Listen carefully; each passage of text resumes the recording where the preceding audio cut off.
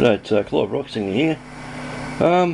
If you're ever fortunate enough to be a musician and you dream about owning your own house and having your own recording studio and doing all of that, when you do finally get to that stage, then instead of being at the end, you're actually at the start.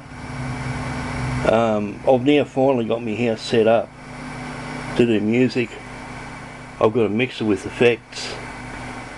I'm running, that's the amplifier to the two big speakers down the back of the house.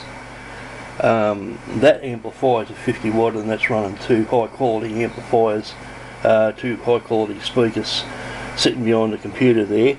This one's separate, that's for me, that's one of the mic amplifiers. This is the other amplifier being used on the large one. I'll put on, give you a listen to the sound of this. Oh, what the hell.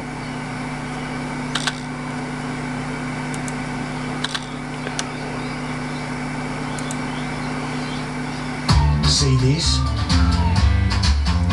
This is running through the bass speakers down the back. And with me Digitech, which I've got me thing out, I can actually change the treble with the hand control.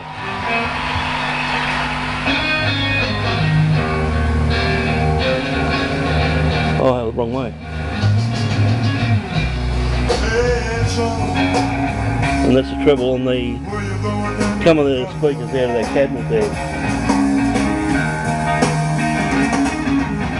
Poor quality recording, or I can put the bass up.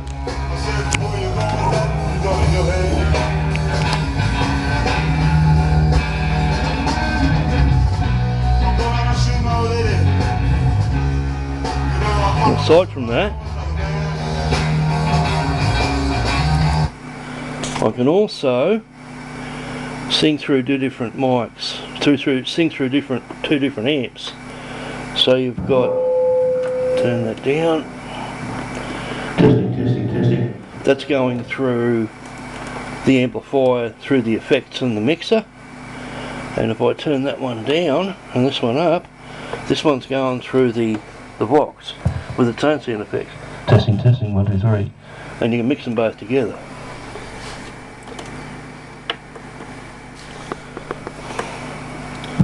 Trailers for sale or rent, rooms to rent. Let's put it back. Trailers for sale or rent. We'll put this one up.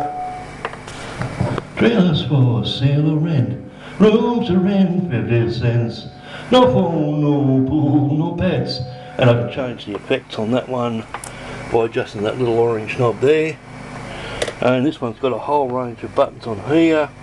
And now what I've done is I've got my $400 keyboard. You've got to get one with tempo that's adjustable, one that's got a number on it.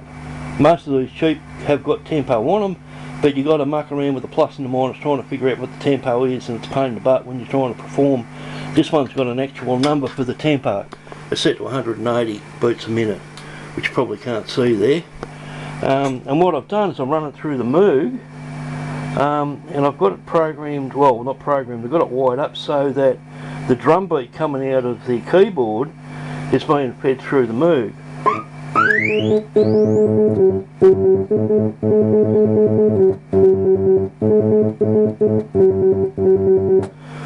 And that's actually the, oh actually which one's that?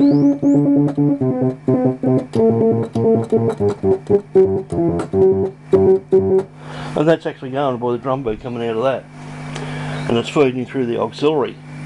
What my intention was to be able to record all the settings on all this stuff, and that's what this program here is for. It's in due process of being written. And that's all the settings on my Moog. I've also drawn pictures of this one here. See, that's got a complete sound effects set outputs on it. This one's got sound effects on it.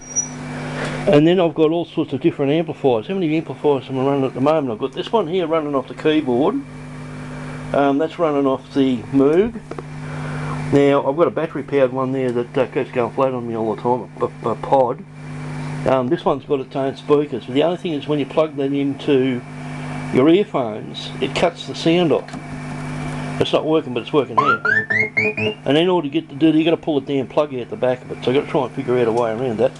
And then to add to the complexity is when I get this all sorted out, that's my recorder.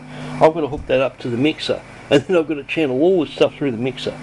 And then I might play through, I can actually, I've done this, play through the computer and play one of my, either a MIDI file or one of my Finale files, and it'll actually play through the Moog keyboard. This is a Christian song I was doing, I've got no idea why.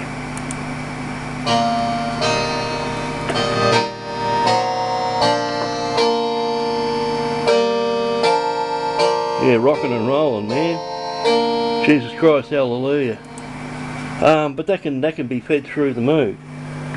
But trying to record all this stuff, so you know, me thinking, oh, I've got everything I finally want. I've got my house, I've got my electronics, I've bought everything I need. Now wiring this stuff up. Look at the wiring. It's just a bloody nightmare. I've got a special thing for me headphones here, and you need two sets of headphones. One for the mixer and one for when you're recording. You need to hear what you're recording, and then you've got control room. It's a bloody nightmare. I bought a new instrument. I bought a little half-size guitar because I'm having trouble with the big one.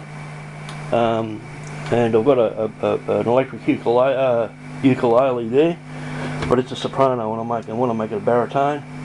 That's quite an expensive device. That's a Marantz. It's a lovely little recorder, but you've got to go through the mixer. But yeah, you think you're there, and you think you've got all you need, and then you've got to start from scratch and do it all over again. Now I've got to learn how to work all this stuff and get it all working in sync. But yeah, this is amazing. I'm playing the drum beat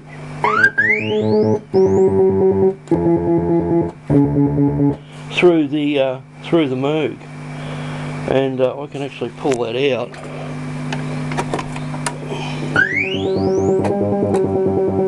Oh, that's still working. I must have the wrong one. Anyway, yeah. This is the start to me getting this stuff all sorted out, and what I want to do is I want to make sound effects. So this is not being a musician. This is scientific, and that's what makes this so complicated. Is that I've got to come back 6 months from now and be able to play something that I played 6 months ago as a sound effect, and be able to completely control it. So yeah, by gee, you're up for a lot of money. These are $1,000 now, and